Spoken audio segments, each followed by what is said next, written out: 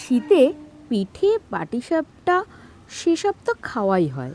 চলুন এইবার বানিয়ে নিই গাজরের রসমালাই।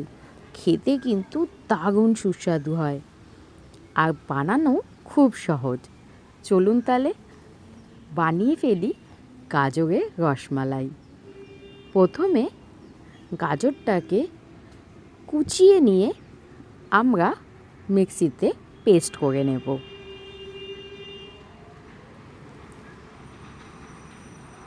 আমার রেসিপি যদি আপনাদের ভালো লাগে অবশ্যই চ্যানেলটি সাবস্ক্রাইব করে পাশে থাকার অনুরোধ রইল। কড়াইতে গাজরের পেস্ট দিয়ে তার মধ্যে দিয়ে দেব 4 চামচ মতো ঘি। এই সময় গ্যাসটা কিন্তু কম আঁচে থাকবে। এই রেসিপিটা বানানো যতটা সহজ খেতে কিন্তু ঠিক ততটাই সুস্বাদু। খুব সহজে ঝটপট তৈরি হয়ে যাবে। গাজরের মধ্যে ঘি দিয়ে খানিকটা নাড়াচাড়া করে নেব। তার মধ্যে দিয়ে দিয়েছি বেশ খানিকটা চিনি। স্বাদটা নিজেদের ইচ্ছা অনুযায়ী দেবেন। দিয়েছি খানিকটা এলাচের গুঁড়ো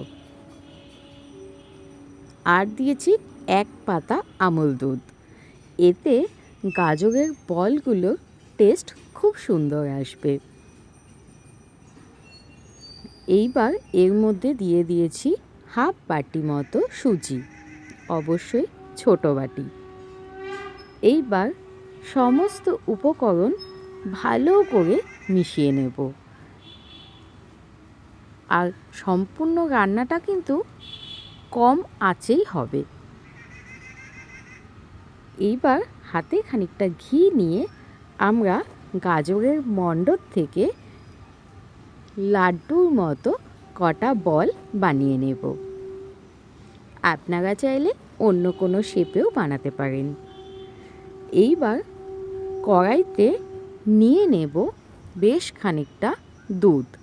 এখানে আমি 750 গ্রাম দুধ নিয়েছি। আর গাজরের পরিমাণ ছিল 4টে মতো।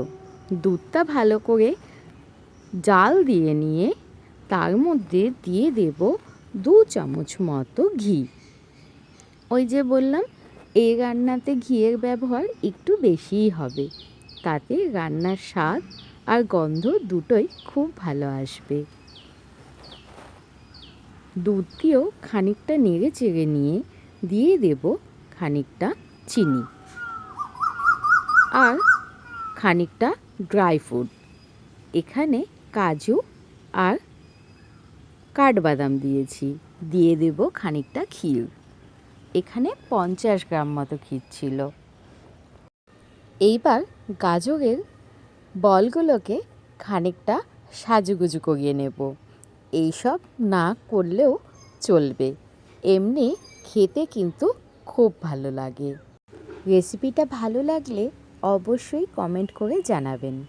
দুধটা ভালোভাবে জাল হয়ে গেলে এই রকম ঘনত্বে নামিয়ে নেবেন। ঠান্ডা হয়ে গেলে এর মধ্যে গাজরের বলগুলো দিয়ে দেব